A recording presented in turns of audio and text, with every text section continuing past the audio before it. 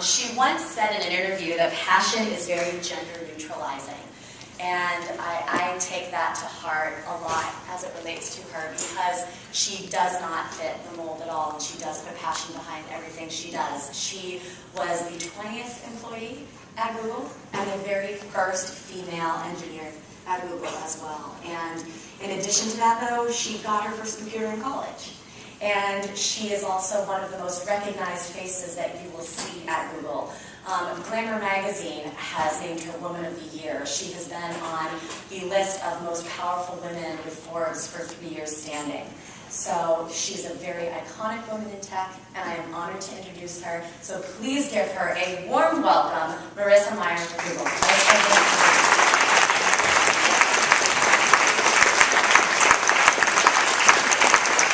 Thank you very much. I'm very excited to be here today to talk with all of you. And given that this is a Sunday afternoon at a women's conference, given that I was the first woman engineer at Google, you may expect my talk to be all about being a woman in technology. But interestingly, when people ask me what is it like to be a woman at Google, I continue to be stumped by the question, because at Google I'm not a woman. I'm a geek. And Google is a great place to be if you're a geek. And so what I thought I would do is, I've thought a lot about what is it, what are the different aspects of Google, how we get things done, the culture, what we focus on, our values, and why that causes it to be less of an issue around gender. And so I thought I would give you some of an insight into how we do what we do, and give you a bit of a sense of all of that. And so I'll also save some time for questions at the end. So if there's other things you'd like to talk about, we'll have time for that. So, in terms of different aspects of Google that I think help the gender issue and help actually define the core of the company, there's a lot of different things that we do. One of the things we do is how we work internally is very different from other companies. I think it's pretty typical of how a lot of people work in tech. So you'll see some similarities there, but I think that it's actually really, there's a lot of very interesting things in terms of how we get things done, how we make decisions. That's really pivotal and important in Google. I think in terms of how we build external products, there's two really key pieces. There's designing for simplicity. How do we make things easy and straightforward, incredibly usable, all around the world, for everyone? And also, how do we delight people? And so we try and make our culture internally very delightful. We also try and let some of that, some of our interests, some of our passions, some of what gets us excited, some of what we find funny, available on the website and actually in our services, so people get a sense of that piece of personality. So, starting off with doing it differently. So, one of our traditions at Google is when you join Google, you're called a Noogler. So all our Google employers are called Googlers. So you're a new Googler, so you're a Noogler. And on Friday afternoon, you're made to wear this hat your first week. Which I think for a lot of people, it may seem like it's very funny, maybe even a little bit humiliating, but it's actually a badge of honor. So it basically marks your first week, at the end of your first week at Google. So we do things that are sort of different and fun and whimsical around the office, like that. The other thing that I think is really, in terms of just something that's sort of funny and iconic, we actually have bicycles that double as conference tables. So if you want to, you can actually do a meeting on the move. You can see there the people in the round bicycling around and actually, probably doing a little bit of work while they're getting a workout. So these are some of the fun things that we do. But I think and people a lot of times they think about Google's culture and they say like, well, what's different about it? People tend to focus on the massages, the campus, the hats, the conference bikes. And I think that those are all true and those are things that are different about Google, but I actually think some of our internal processes and how we think about technology and how we design for it is really at the core of what makes Google special. So how do we do things differently? I think this all really starts with OKRs.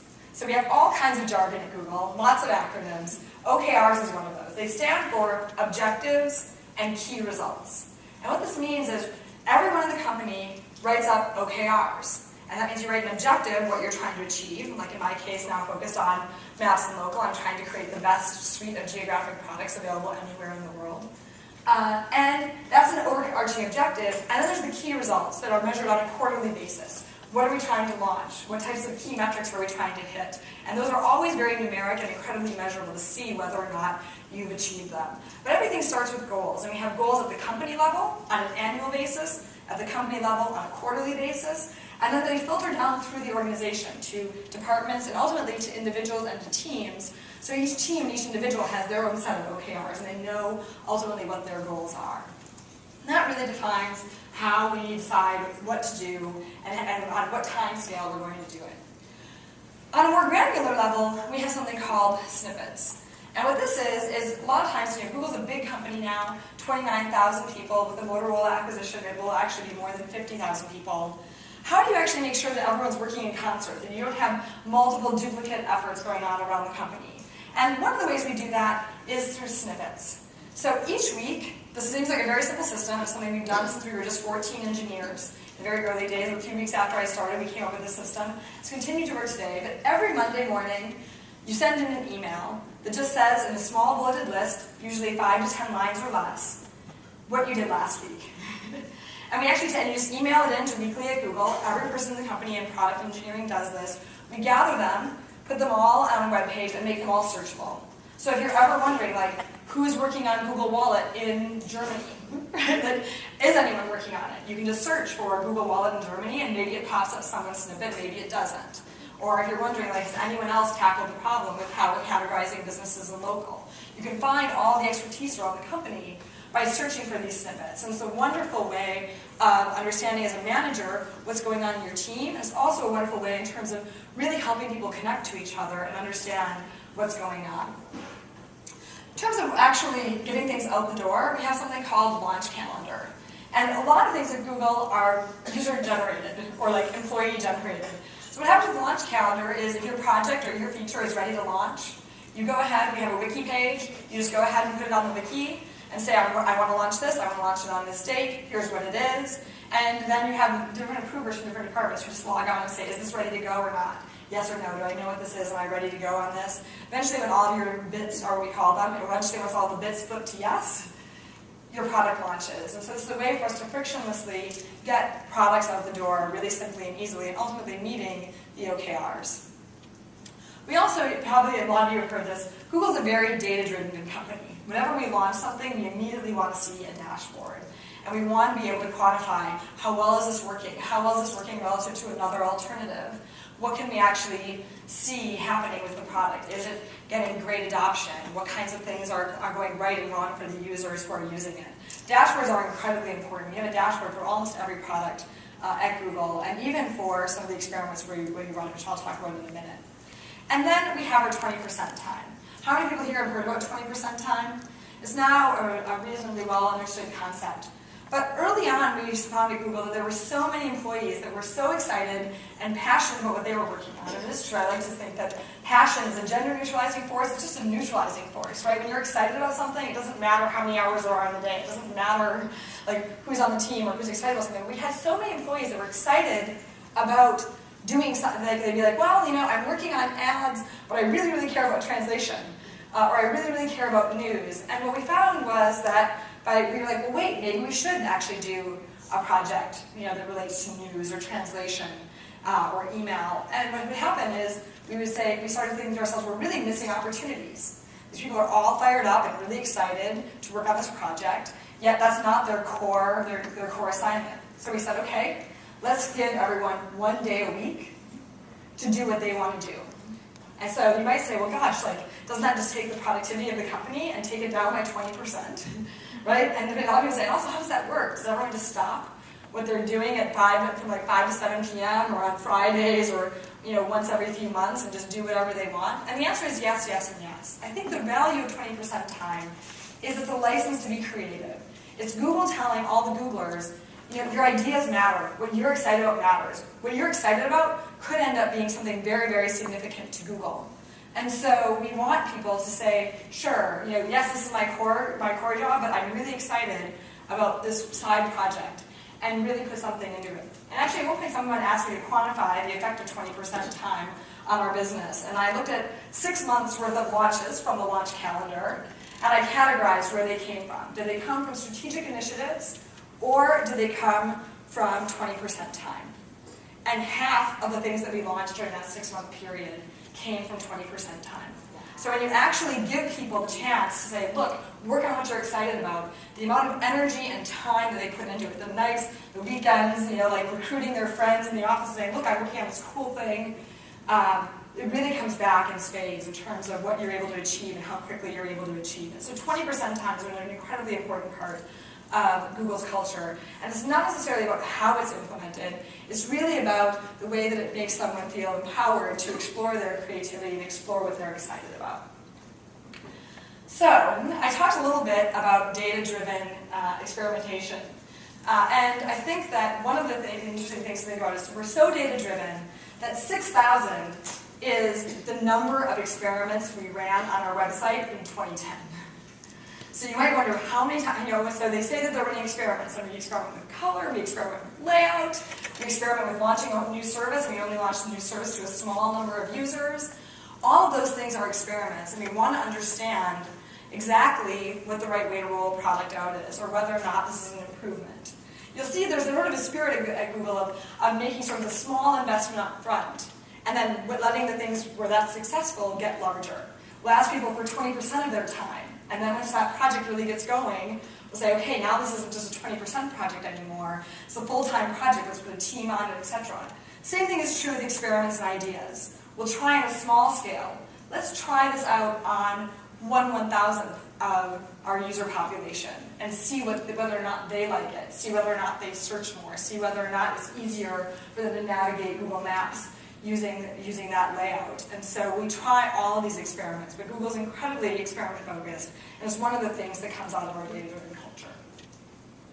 People often ask where the ideas come from. You probably have gotten a pretty good sense from the 20% discussion, but ideas come from everywhere. We have ideas that come top-down, saying, okay, here's the strategic holes in our product offering, how do we fill those out? We also have ideas that come from end users. So for example, a few years ago we did something called Google Desktop, which was literally generated from our end users' ideas, because everyone would mail us and they'd say, you're so fast at searching the web, how come I can't search my own computer as fast as I can search the web, or as well as I can search the web? And we said, okay, great, can we take the Google search engine and make it work on desktop? And that's an idea that came from users.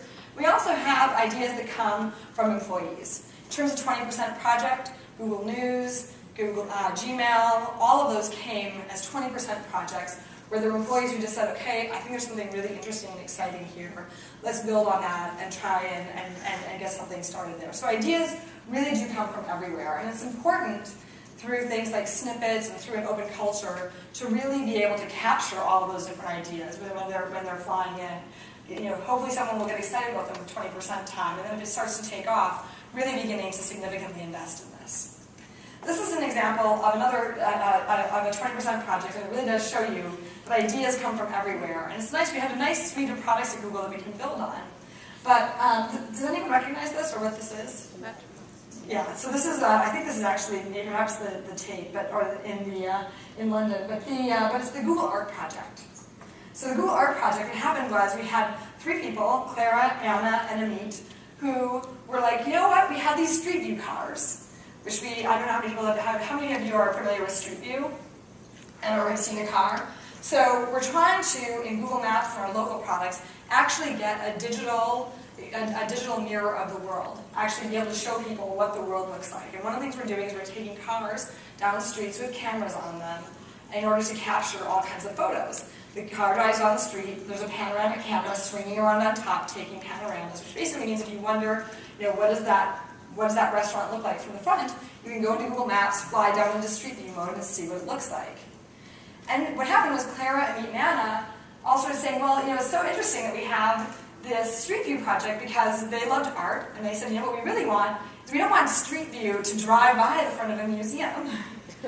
Right? Like, what good is that? We actually want the Street View to go inside the museum and show us all of the amazing art inside. So they worked with museums all around the world to take our Street View cameras in, take them in at night, and have them do a very long, slow sweep and incredibly high resolution of some of the key rooms. So now you can experience museums from all over the world inside of Google Earth and inside of the Google Art Project. Something that I think is really exciting, but it gives you an idea of how does a 20% time project happen and how is it something that takes flight. This is another one of the museums. And I think in terms of a high-resolution scan, one of the other things that we did is we tried to say, okay, are there things that we could offer in the art project that are even perhaps better than being in the museum itself? And one of the things we said was, if we could get a 7-megapixel image of Starry Night from the MoMA, so you could actually go and examine each brushstroke if you wanted to. That's something you can't do when you're visually standing inside the museum. That's something you can do online. This is a Van Gogh. It's the garden at Montmartre with lovers. And we actually have this incredibly high resolution. So you can see this is the overall view of the image, but you can actually zoom in, and you can see even like how he's done the faces of the people and every single little brushstroke. So yes, there's some things that there's nothing like being there. There's nothing like being there and actually getting to see this image. But there's some things where when you actually have a digital image of it, you can actually examine it and experience it the way that you can't even do if you're actually there in person.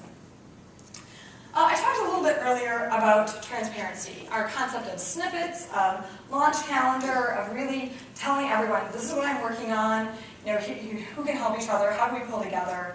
And I think that's something that's really defined Google's culture all throughout. We've always had a very flat hierarchy. We have managers managing many more people than is average, and I do think that one of the things that happens is people tend to self-organize. They read each other's snippets, and they realize who else is working on what they're interested in.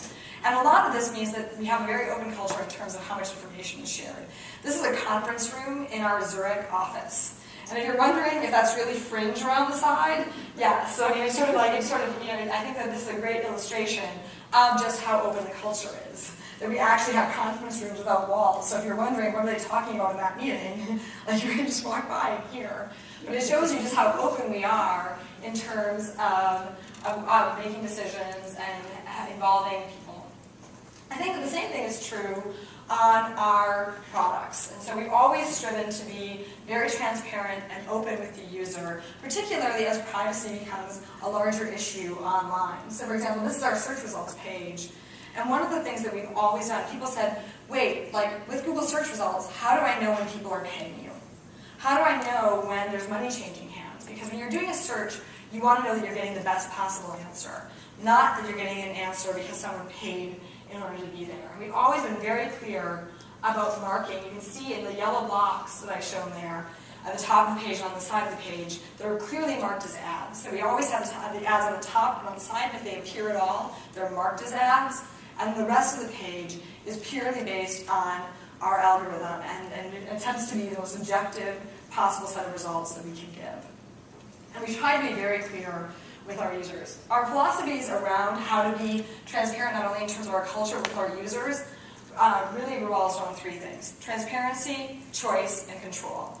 Tell the users what data we have. So we have something called Google Dashboard, where if you're wondering, wait, how much information is stored with Google, you can actually go to Google Dashboard. It shows you every service that you use. It shows you exactly what information we have and what we don't have. It's sort of interesting because a lot of people think that we have a lot more data than we have. But you can go and actually see everything on Google Dashboard. In terms of choice, we think it's really important for people to be able to decide, do I want to use this service or not? And how do I want to use the service? Can I elect in or out of it? So for example, we have the Ads Preferences Manager for our ad serving in an attempt to target users and help the advertisers better find their audience. We do some tracking across sites. And that's always disclosed. And there's actually a way for you to manage your preferences, to say, no, actually this is not right about me. I'm not interested in baseball. Or actually I'd really prefer not to have this interest-based targeting targeted at me. So we always try to make sure that there's choice. And control. So you can decide whether or not you want to use the service, and if you want to take your data, we believe your data belongs to you. So if you ultimately want to leave Google with your data, we now have with Google Plus something called Google Takeout. So you can literally take all your data and take it with you to go, load it up into another service. It's your data. So transparency, choice, and control, I think, are something that really reflects internally what we do at Google. And something that shows through in our end user products in terms of helping people feel more comfortable about how they're using services online. In terms of further transparency, this is our Friday meeting. So we have a meeting on Friday afternoons around 4:30 called TGIF. And it's sort of funny, there's always been beer served at these meetings, but I remember at the beginning, like, our office manager, Heather, used to, like, bring this big, like, basket of beer out, and, like, every week she'd have to, like, bring the entire basket of beer back in, because, like, no one would actually drink any. But in theory, there's beer there, but even though people don't drink it. But you can see what the meetings looked like when they started in 1999 on the left-hand side. You can see a little blonde head in the lower left-hand corner with kind of irregularly wavy hair. That's me. If I don't flat iron my hair, that's what it looks like. Anyway, that's not our 1999 TGIF, and this is Larry and Sergey running TGIF just this past week. And what we do here is we try and make all of the announcements of the company. That's where we welcome the Nooglers, and we have them all like show up in their hats and stand up, put all of their names on the screen to welcome them. We go over key announcements from that past week, what's launched, what's exciting. We have different teams stand up and talk about what they're doing. And then we actually have a prolonged Q&A session where people can get up and talk and ask questions about whatever they're interested in relative to Google. And until about 4 to 8 weeks before our IPO period, we brought all the data and all the statistics here. In fact, we were releasing all the financials and all the sales numbers for the whole company at TGIF because we really believed that if you gave people as much information as you possibly could, they would make better decisions on what to work on. Sort of interesting, back in the early days of Google, we had more ideas than we know what to do with. Same thing is true today. And we had to figure out what to do. So Larry asked me, he said, can you get all the ideas across the company? And I was like, wow, how do you gather up? I mean, at the time we were probably about 200 people. He said, get all the ideas of what people want to work on and just make a list. And so I gathered the ideas, and there were 106. His estimate that it was that there would be about 100, and there were. And he said, and he's like, I'll order them up. And we called it the top 100 list. It was very, very, very interesting. Because when he came up with the list, he showed up at this one meeting with all the product managers. He said, okay, I've taken the 106 ideas and I've ordered them in terms of priority. And he flashed it up on the screen, and of course, Googlers, who are always really heavily opinionated and always are very participatory, where the PMs in the room were absolutely outraged. They're like, who do you think you are? Like, why are you ranking all these ideas? Like, we should have input. And he was like, fine, you don't like my ranking, you haven't even seen my ranking. Like, you guys can do your own ranking. So we provided everyone in the room with their own spreadsheet to work with. And the following week, we all came back, and there were 8 different people who had done the rankings. And with the exception of 4 very controversial products on that list, in terms of everything matched. And it shows you how open our culture was. That, we're taking 106 things, ranking them in priority order, 8 different people, only 4 of them actually had any contentiousness at all. And I do think that this is really a testimony to how an open culture can work. And the other interesting thing that happened was, I said, well, now that we have the list, what are we going to do with it? And Larry said, publish it. And I said, are you sure? How will someone who's working on a lowly ranked project, a low priority project, how will they feel if I publish it? And he was like, well, probably they'll want to work on something more important. And I was actually quite skeptical of that. I wasn't really sure that that's how it was going to work, or whether or not people would just be upset that we had put out a list that said the project wasn't very important. And sure enough, within an hour of me publishing it, there was one of our engineers, Joseph, standing in my doorway, and he said, we had kind of buckets for the different project categories, so 1 through 5, 5 being the highest, 1 being the lowest, and he's like, I'm working on a 2, and she's like, and I want to be working on a 5. So let's talk about which 5s need people. And it was really interesting because we do think that when you're really open and you show what's important, what's driving revenue, what's making users happy, what's going well, people do tend to self-organize and want to work on the highest priority, highest impact things. And that's really what TGIF is about, is really giving people visibility into how these aspects of the company are working. And we also have a lot of fun. So there's this interesting art wall in London that one of the Googlers made. We always try and decorate our spaces to really feel googly and reflect the people there. And Jonathan Rosenberg, our SVP of Product Management, saw this and thought it was just wonderful. And he said, okay, well, how can we really cause a contagion? Every office should have a wall that embodies what's googly to them and what's exciting and fun to them. And so he kicked off this art project around the world, a different art project than the Google art project, for people to enter a wall and do a contest. So I was one of the judges, and people did really amazing and interesting things. So you can see, here, they've done various things that are sort of part of the culture of that part of the world. We had various people who actually went and painted and created art. One of my favorites is coming up on the next slide. This one, so you can see them here, and we actually have this amazing video I'll show in a minute. Can anyone tell what that is on the left-hand side? Light bright? Legos, light bright, those are all big. They are Rubik's Cubes. So what happened was, there were a bunch of engineers there that were experts in Rubik's Cubes, and what they did is they figured out how to create that image. Right? They had the Google Pac-Man with some elements of Taipei in it. And they digitized it and pixelated it and figured out exactly what colors of the Rubik's Cube were needed to show and exactly which squares. And then they assigned people in the office to actually, and taught them how to solve it, so you could get, okay, a row of white on the top, and then a red, white, blue, and then a row of white on the bottom, and how can you actually achieve that? And they spent about 23 hours, I think, actually assembling that Rubik's Cube. There's something like 2,300 Rubik's Cubes in there. Well, let's go ahead and roll the video so you can see sort of some of the fun that they have.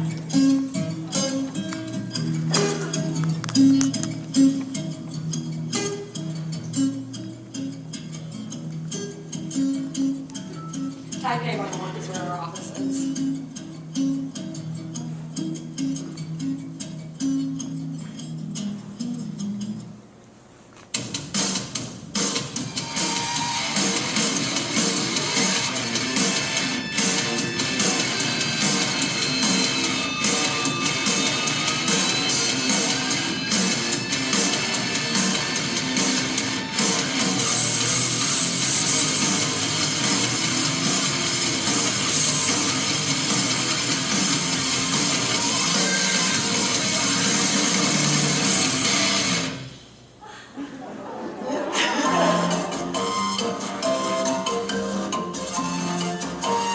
Trained them.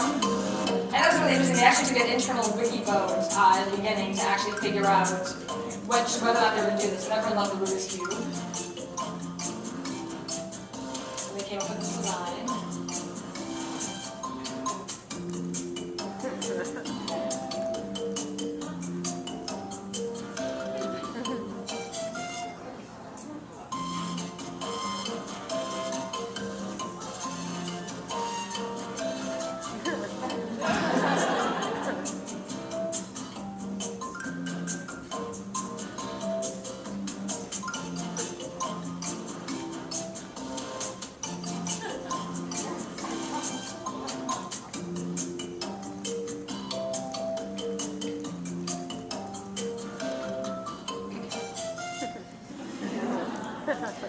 So that was, as part of the competition, each of the teams had to create a little making of video. So that was their making of. And you can see we're geeky even when we have fun, and also algorithmic. One of the other things that we've done is also just trying to make sure that we've got a good, well-rounded set of values. And so this is in reference to something that I do with my team each summer, which we call the 100-mile challenge. So for the month of July, we all wear these pedometers and try and walk an extra 100 miles. So the average American office worker walks 2 miles a day without trying. So you wear your pedometer, and at the end of the day, you subtract off 2 miles, and you can record how many miles you walked or how many miles you walked. We actually have all kinds of conversions. You can imagine, again, the Googlers are very technical and very measured. So we have conversion factors for biking, for swimming. Someone wanted the conversion factors for actually rowing. We refused. Oh God, we refused. But actually keeping track of how people move around, and also trying to encourage people. Like it's summertime, it's nice out. Like get outside, walk around more. And we thought at first about defining it as just exercise in the gym, and then we realized that what we really wanted was if someone was willing to walk to a cafe that was further away, or do a walking meeting, that should count too. So people just wore the pedometers all the time and subtract off 2. And then of course we had I'm sure that many of you have tried Google spreadsheets. How many people have?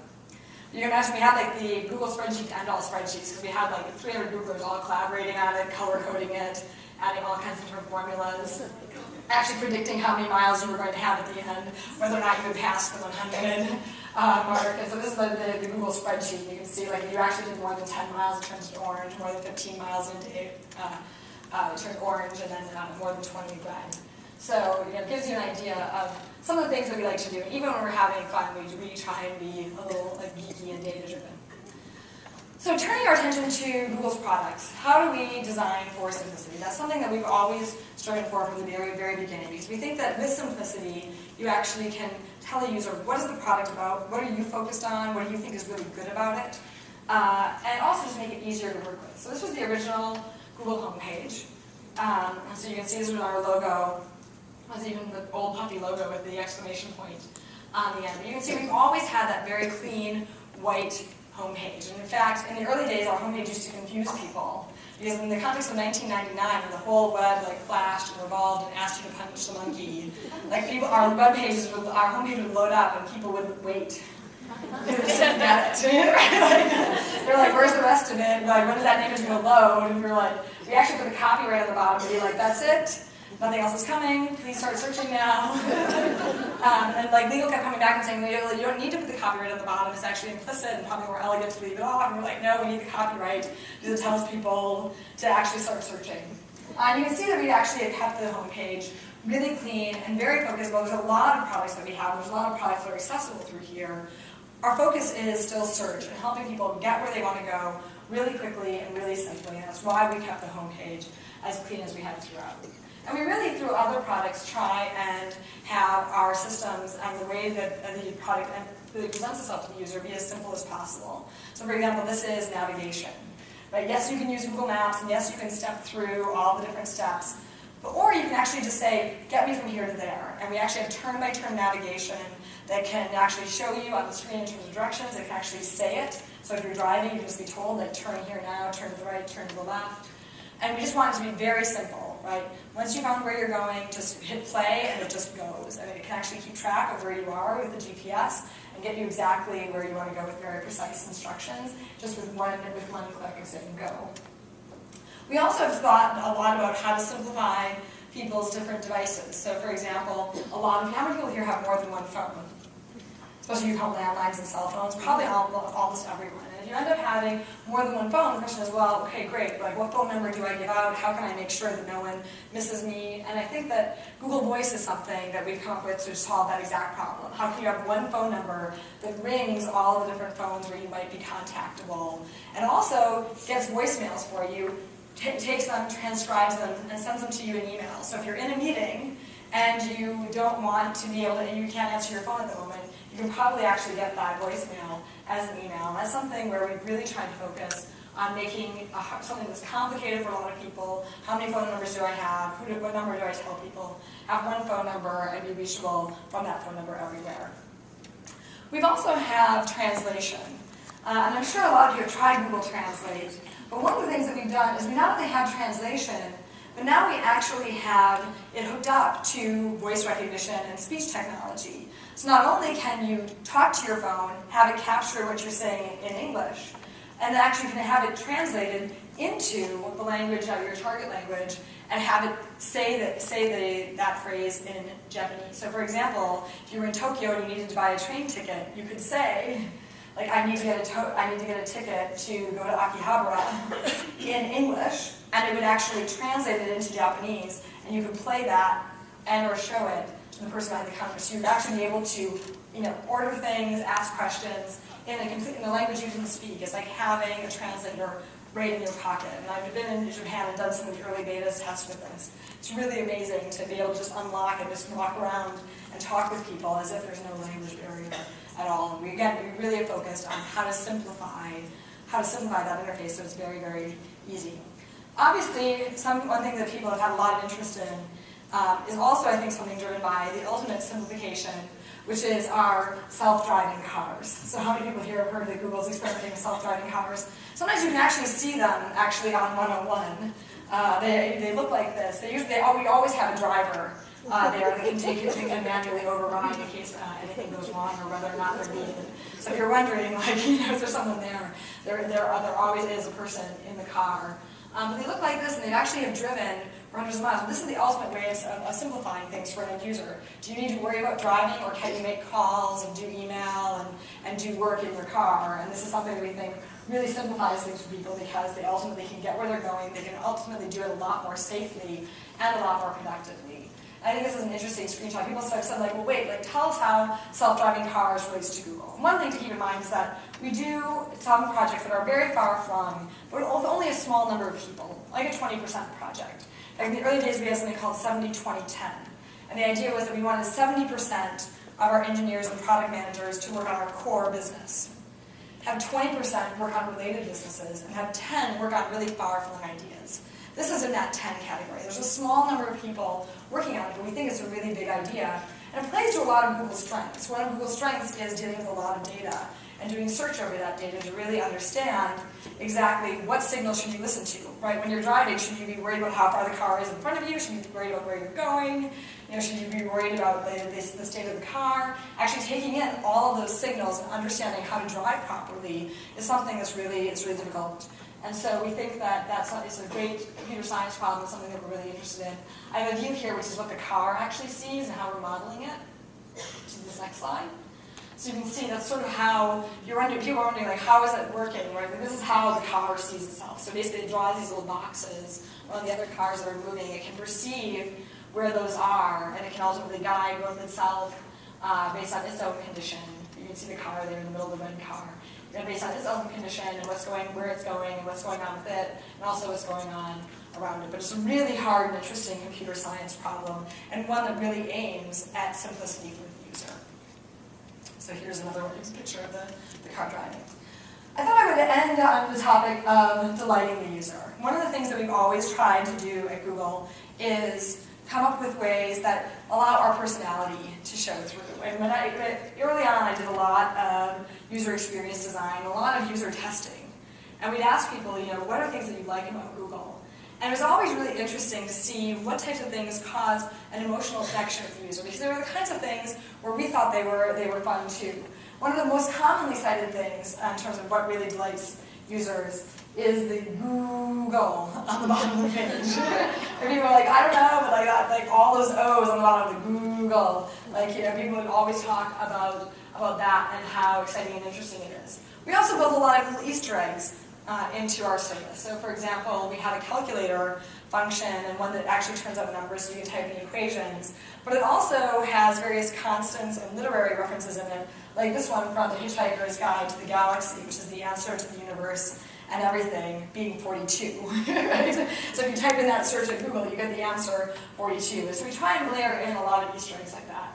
One of the things that I've been involved with since the very beginning are Google Doodles. These are the special logos that appear on the homepage. How many people have seen a Google Doodle?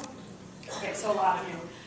So this is something that I think is really fun. People a lot of times like to ask, well, how did it get started? And so this is the very first Google Doodle. Google in the early days was a lot of hard work. It still is, but it was really hard work. Like sleeping under your desk, like not finding time to shower or eat, not going home for days. And a lot of people think that Google just happened. It didn't just happen. It was like a lot of hard work. And in this particular case, we were all in the office at about 3 a.m. on a Saturday night, early Sunday morning. And Sunday happened to be Halloween. But the whole company was there, and we were all there working.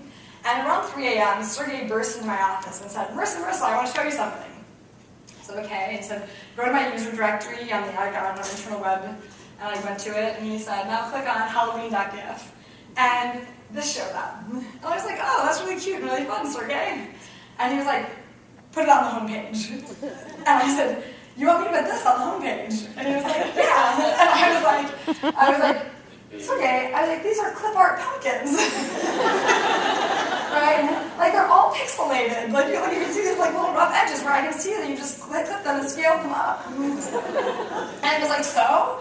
And I said, and Sergey, you didn't even line them up because on the one on the left, I can see the red O peeking out from underneath. And he was like, so? And I was like, you really want me to put this on the homepage? And he said, yeah. He's like, because people will like it. They'll understand that we're all here at 3 in the morning on Sunday morning, and he'll understand that we're all excited for Halloween being tomorrow. And he's like, and it'll just be just sort of a little glimmer of what's happening here that shows up on the site. And so I was like, okay. And I put it up, and a tradition was born, because at the time the blog and the discussion site of record was Slashdot. And by the next morning, this thing was a phenomenon on Slashdot, right? Everyone was just like, oh my gosh, like life at the Googleplex. Like, look, someone put up a picture of like clip art pumpkins that aren't well scaled or lined up, but like amazing. And so we've had a lot of fun with it. So we started doing holidays, and then we started doing very famous occasions like the 50th anniversary of DNA, the 100th anniversary of Flight, things that we ourselves were excited about at Google. And now they really have taken on a life of their own. I have a good video to show all of the different things that we've done. So we'll go ahead and roll the video so you can see some of the doodles. And I'll talk a little bit about some of the more recent doodles that we've done.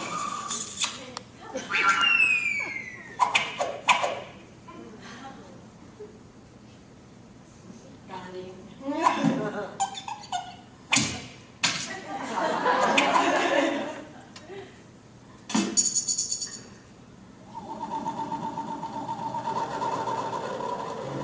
Sometimes we tell them a story.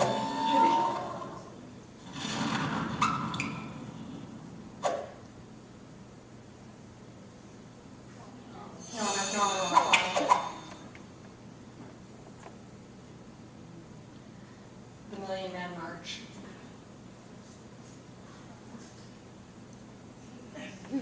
So we've tried to do all kinds of different things, and I think this is something where people see the homepage and they understand, exactly what makes us all tick at Google, and I think that something that's very exciting. I thought I would quickly go through some of this. So we took Pac-Man and put that on the homepage. It was our first interactive doodle, and you could actually play the game on the homepage.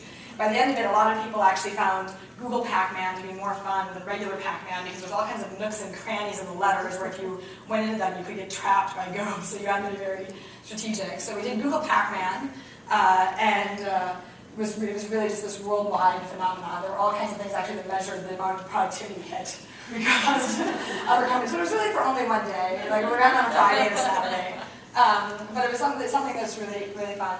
The day before we launched Google Instant, sometimes we line these up with product launches. We had this, I don't know if we have an animation of what it did, but basically someone created a physical model, and each of those balls would kind of like when your mouse got close to it, it would blow up and grow and shrink, and it would actually move around and it was this kind of rubbery, exploding doodle that responded to where your mouse went.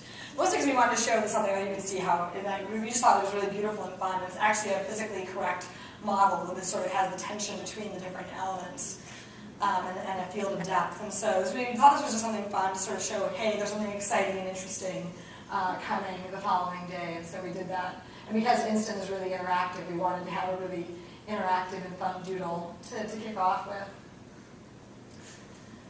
So, we also recently have done all kinds of fun things, like our Jules Verne logo. And so it was in honor of Jules Verne's birthday. It's 80 Leagues Under the Sea. And one of the interesting things here, and probably most of you know that you have a gyroscope in your phone, which can tell which way you're holding it.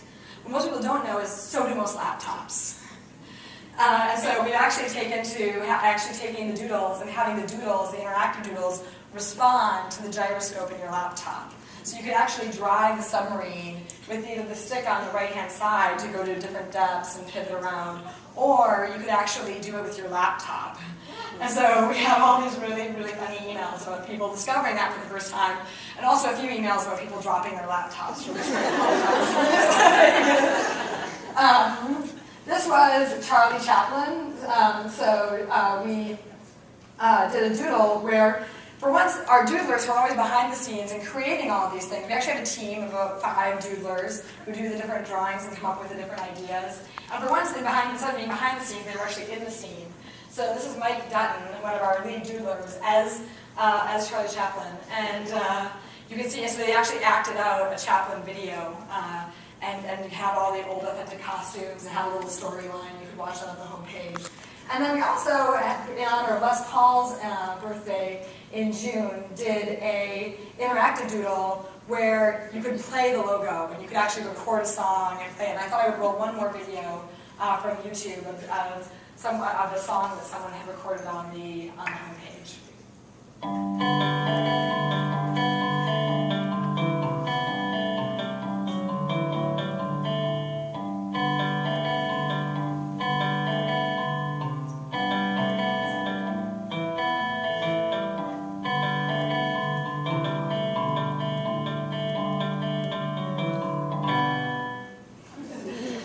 thought that was amazing. Meaning the fact you had to move your mouse. We actually had, it turned out there were some keyboard shortcuts to actually be able to do that fast, which some people also found. But it was really amazing to see how it really unleashed everyone's creativity. And that really is our goal, not only to unleash the creativity of Googlers, but to really unleash the creativity of people around the world while giving them some insight into the things that we're excited about. And so we've also opened this up to actually include our users. Say, okay, like we're not the only people who can do great doodles. Are there other people who can do great doodles? And one of the things we've done is we have a contest called Doodle for Google, which opens up our homepage to school-age children around the world. It says, why don't you draw a doodle, come up with your doodle. This past year we had the theme of what I'd like to do someday. And we have more than, I think, 30,000 entries. This is a picture of the grand final with the 40 finalists in our New York office. And you can see all that's really great. Actually, we printed a t-shirt that has a doodle. Every child is wearing their own doodle on a t-shirt, and they get a plaque. And so you can see some of the things that people want to do, everything from exploring space to going underwater. In the upper right-hand corner, there was a woman who was 17 and actually been a national finalist in Doodle for Google 3 times running. She made the top 40 for 3 years in a row, and she wants to be an illustrator of children's books. You can see her skill there. And then we actually had a local boy won, Mateo Lopez, who actually lives in San Mateo, and this was his doodle. He's actually only, I think, 7 years old, and so he drew this doodle about exploring space, and we put it on the homepage. When you win, we give you a college scholarship, and then we also put the doodle on the homepage for a day. So we tried to not only have fun ourselves, but also open up that fun for everyone else. So, in conclusion, I think this gives you an idea, a little bit of how Google operates, how we think about things, how we do things differently inside our culture, but also the focus on simplicity and on delight. And I think probably through all this, hopefully you've actually forgotten that you're a women's conference. Right? Because I do think that that's really what happens when you have a company where the cultures and value, the industry overall, especially in technology, is something that moves really quickly. There's a lot more commonality than not, and I think gender becomes less of an issue when you really harness that passion. And with that, I'm open for questions. Thanks.